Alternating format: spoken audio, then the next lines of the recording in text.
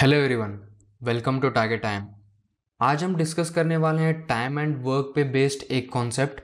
और ये कॉन्सेप्ट पिछले वाले वीडियो से बहुत ही अलग होने वाला है, क्योंकि हमने पिछले वाले वीडियो में डिस्कस किया था एलसीएम अप्रोच और हमने देखा था वर्क इक्विवेलेंस अप्रोच। ठीक है, अगर आपने प्रीवियस वीडियोस को नहीं चेक किया है तो मैंने डिस्क्रिप्शन में लिंक दे दिया है, वहाँ से प्रीवियस वीडियोस को चेक कर सकते हो। आज जो हम पढ़ने वाले हैं वो है MDH concept, meaning number of man, number of days और नंबर ऑफ आवर्स। तो MDH पे जितने भी क्वेश्चंस आएंगे, इन सारे क्वेश्चंस को सॉल्व करने के लिए आपको सिर्फ एक फॉर्मूला याद रखना होगा, that is nothing but W1/W2। ये वर्क डन होंगे इज नथिंग बट यहाँ पे आएगा M1D1H1 डिवाइडेड बाय M2D2H2। ठीक है, बहुत ही स्ट्रेट फॉरवर्ड फॉर्मूला है ये। देखते हैं कि ये फॉर्मूला अराइव कैसे हुआ। देखो, work done is directly proportional to man मैं कह सकता हूँ, क्योंकि जितने ज़्यादा मैन होंगे उतना ही ज़्यादा वर्क होगा, इसलिए डायरेक्टली प्रोपोर्शनल होगा। सिमिलरली मैं ये भी कह सकता हूँ कि work done is directly proportional to time होता है, मतलब जितना ज़्यादा वर्क होगा उतना ही ज़्यादा टाइम लेगा उसे कंप्लीट करने में। इसी टाइम को मैं नंबर ऑफ डेज में और नंबर ऑफ आवर्स में रिप्रेजेंट कर सकता हूँ। यहाँ पे टाइम को D और H में इसलिए यहाँ पे रिप्रेजेंट किया गया है। जब तुम इन तीनों को कंबाइन करोगे तब आपको work done is directly proportional to M, D और H मिल जाएगा। और इसी प्रोपोर्शनलिटी को यहाँ पे W1/W2 के टर्म्स पे लिखा गया है। ठीक है, अब देखो यहाँ पे W1 W2 का मतलब क्या है, टोटल वर्क डन दो पार्ट्स में हो रही हैं। तो मैं इसे ऐसे भी कह सकता हूँ कि अगर वर्क डन हम एक लाइन पर रिप्रेजेंट करें, ये टोटल वर्क डन है, तो यहाँ से यहाँ तक वर्क डन W1 हुआ होगा और यहाँ से यहाँ तक W2 में हुआ होगा।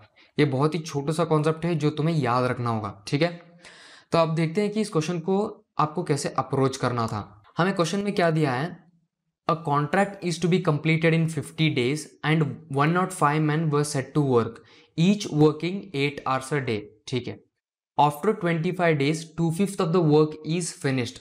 तो यहाँ पे देखो इतने लोगों ने काम स्टार्ट किया और 25 डेज के बाद 2/5 ऑफ द वर्क कंप्लीट हो गया है।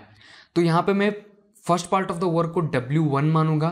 तो यहाँ पे मैं क्या लिख सकता हूँ, W1 is nothing but 2/5।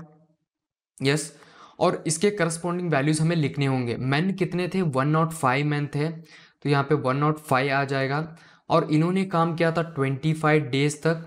Okay, और इसके बाद हमें दिया है 8 आवर्स अ डे इन्होंने काम किया था। तो ये पहला पार्ट खत्म हो गया। ठीक है, अब आगे क्या है, how many additional man be employed so that work may be completed on time, each man now working 9 hours a day. तो हमसे पूछा है कि रिमेनिंग वर्क, देखो टोटल वर्क को हमें यहाँ पे 1 मानना होगा, और इस 1 में अगर मैं 2/5 ऑफ द वर्क जो कंप्लीट हो गया उसे सब्सट्रैक्ट कर दूंगा तो यहाँ पे रिमेनिंग वर्क 3/5 हो जाएगा। तो ये है हमारा 3/5 रिमेनिंग वर्क। और हमसे इन्होंने पूछा है कि एडिशनल मैन कितने रिक्वायर्ड है, तो यहाँ पे मैन M2 लिख दो। उसके बाद हमसे कहा है कि वर्क टाइम पे खत्म हो जाना चाहिए, तो यहाँ पे इन्होंने 25 डेज लिया था और टोटल हमारे पास 50 डेज थे, तो यहाँ पे रिमेनिंग डेज भी 25 हो जाएंगे। फिर इन्होंने कहा है कि remaining man 9 hours a day काम करते हैं, तो यहाँ पे 9 हो जाएगा। ठीक, अब अगर तुम इसे सिंप्लीफाई करोगे, यहाँ से 5 से 5 कैंसिल हो जाएगा और यहाँ से 25 से 25 कैंसिल हो जाएगा, और यहाँ पे सिंप्लीफाई करने पे answer M2 is nothing but हमें 140 यहाँ पे मिल जाएगा। देखो बहुत ही सिंपल सा क्वेश्चन था, और इस क्वेश्चन में एक ही गलती हो सकती है।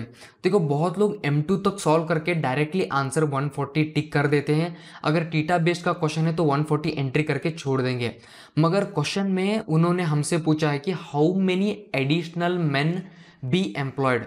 हमसे उन्होंने M2 का वैल्यू नहीं पूछा है, कितने एडिशनल मैन ऐड हुए हैं इसका वैल्यू हमसे पूछा है। तो एडिशनल मैन के वैल्यूज कितने हो जाएंगे, 140 माइनस 105, और हमें यहाँ पे वैल्यू 35 मिल जाएगा। ठीक है, यही गलती बहुत लोग कर बैठते हैं। देखो कैट 2020 में भी सिमिलर क्वेश्चन आया था, शायद स्लॉट 3 में, जहाँ पे बहुत लोगों ने M2 तक तो सॉल्व कर दिया था, पर क्वेश्चन में उन्होंने एडिशनल मेन पूछा था और सब लोगों ने M2 का वैल्यू वहाँ पे एंट्री करके आ गए थे। तो इसलिए ध्यान रखना कि क्वेश्चन में क्या दिया है और उसके हिसाब से इसे सॉल्व करना है। ठीक, होप आपको कुछ नया सीखने को मिला इस वीडियो से। अगर आप कैट 2021 के लिए प्रिपेयर कर रहे हो और आपका कोई भी डाउट या क्वेरी है प्रिपरेशन रिलेटेड, तो आप मुझे इस नंबर पे व्हाट्सएप कर सकते हो या अपना क्वेरी इस मेल आईडी पे भेज सकते हो। ये रहा हमारा वेबसाइट targetim.com। यहाँ पे आपको सारे कैट के प्रिपरेशन रिलेटेड कंटेंट और वीडियोस मिल जाएंगे। तो मैं रिकमेंड करूँगा आप एक बार वेबसाइट को विजिट करके चेक कर लेना। ठीक है, तो आज के लिए बस इतना ही, मिलते हैं अगले वीडियो में।